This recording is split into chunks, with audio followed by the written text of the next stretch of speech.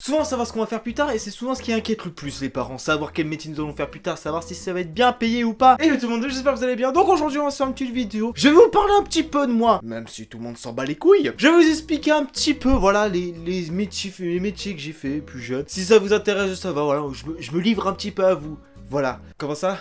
On s'en bat les couilles. Comme tous les enfants de mon âge quand j'étais plus jeune, je voulais faire tous les métiers, genre policier, astronaute, super-héros, même ça m'a traversé un moment l'esprit. J'étais un enfant très spécial. Arrivé le jour de mes 18 ans, la première chose que ma mère m'a dit en m'offrant mon cadeau, il serait peut-être temps que tu trouves un travail, non? Et à ce moment-là, je me suis dit, je suis dans la merde. C'est à ce moment-là que tu te dis que ta mère ne veut pas trop t'avoir chez toi, qu'elle préfère que t'ailles bosser et te ramener des thunes. Oui, effectivement, parce qu'au bout d'un certain âge, c'est vrai que tu coûtes un petit peu cher à tes parents. Entre l'eau, la bouffe, les conneries, les sorties, la voiture, l'assurance, les... Enfin, t'as compris quoi? Tu coûtes quand même assez bonbon à tes parents. Donc, un de mes tout premiers emplois que je me souviens, c'est d'avoir travaillé dans un supermarché. Y a pas de sous-métier, hein, je préfère préciser, y a pas de sous-métier. Mais ce métier-là, franchement, faut avoir des nerfs extrêmement bien accrochés. Passer 10 heures par jour, enfin par jour, je faisais ça qu'une seule fois par semaine, mais déjà faire ça une seule fois par jour, faire ça une seule fois par semaine, ça me cassait tellement les couilles. Tu dois passer pendant, voilà, 10 heures que des articles et tu te fais chier, hein. Évidemment, sauf quand t'as la petite cliente sympathique, un petit peu sexy qui passe, qui te fait un petit sourire et que t'essayes de pécho son petit 06 et qu'elle te dit qu'elle a un copain et que tu peux aller te faire foutre. Donc ce métier-là, bah oui, mais bon,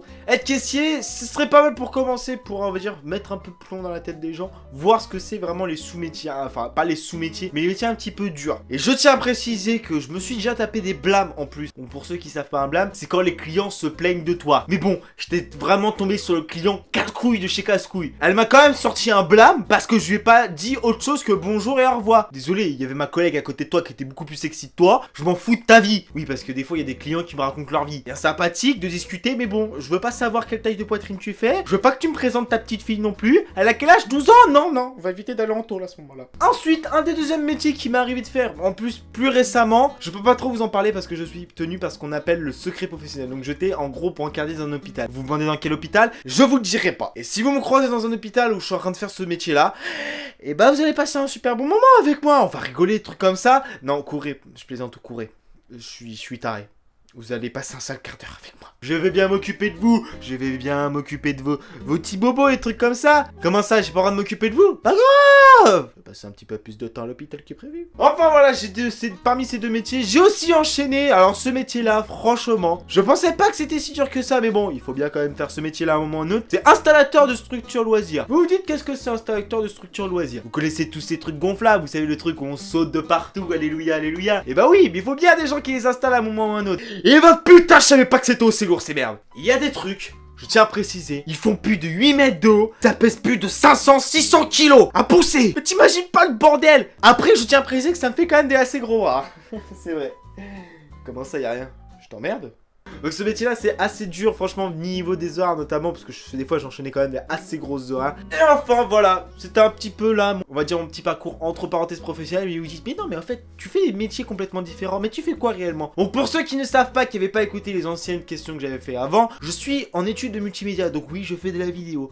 Voilà pourquoi je me filme, pour ceux qui n'avaient pas encore compris. Donc je fais de la vidéo, je fais du graphisme, du web design, enfin des choses comme ça. Dans une école, actuellement je suis en 3ème année, on verra comment ça se passe par la suite. Et oui, mon youtubeur n'est pas mon métier, parce que vu ce que je gagne comme cacahuète. On va s'allonger sur le sujet un petit peu, être youtubeur. Voilà, pour ceux qui se disent je veux me lancer dans YouTube, et je reçois de temps en temps des messages de personnes qui veulent me dire oui j'ai envie de me lancer dans YouTube, ça a l'air génial, j'ai envie d'être connu. Ne fais pas ça pour être connu. Surtout que voilà, récemment j'ai regardé une vidéo, notamment de la vidéo de Trash, je vous mettrai le lien dans la description si ça vous intéresse de plus la voir en profondeur, qui disent qu'il y a pas moins de... Il y a très peu de youtubeurs qui vivent de YouTube. Je crois que de ce que je me souviens bien d'après les chiffres, il y a plus de 20 000 youtubeurs au monde qui gagnent plus d'un SMIC par mois. Donc ce qui est très peu. Donc pour ceux qui se disent j'ai envie de faire YouTube, j'ai des amis youtubeurs qui se disent à mon niveau j'ai envie de me lancer dans YouTube, j'ai envie d'arrêter mes études. Non, ne faites pas cette connerie. Si vous voulez vous lancer dans YouTube comme moi, j'aimerais beaucoup me lancer dans YouTube, faites un diplôme. Pas le bac, vous arrêtez pas au bac, ça sert à rien. C'est le bac, c'est le brevet, c'est limite le brevet. Allez au moins jusqu'à un bac plus 3, je vous demande pas un bac plus 8, me sortez pas un doctorat s'il vous plaît. Faites-moi plaisir s'il vous plaît. Allez au moins jusqu'au bac plus 3, ce serait l'idéal pour vos parents, faites plaisir à vos parents un petit peu.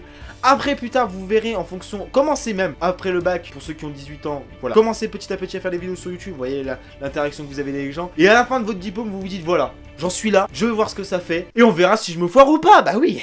Pour ceux qui se posent la question, voilà, n'hésitez pas à J'ai l'impression d'être chiant à ce moment-là quand je dis des trucs comme ça, j'ai même pas le mot pour le dire. Bon, en tout cas, j'espère que cette vidéo vous aura plu, donc une petite vidéo courte. En tout cas, n'hésitez pas à me le dire dans les commentaires pour ceux qui ont plus de 18 ans, savoir quel était votre premier métier, savoir si vous avez déjà fait des métiers, des trucs comme ça, savoir si vous voulez vous lancer dans YouTube, s'il y en a qui ça intéresse de se lancer dans YouTube. N'hésitez pas à me demander si vous voulez que je vous donne de petits conseils. Je suis pas un grand youtubeur, ça fait plus d'1 an que je suis sur YouTube maintenant. Vous donnez quand même un petit peu conseils.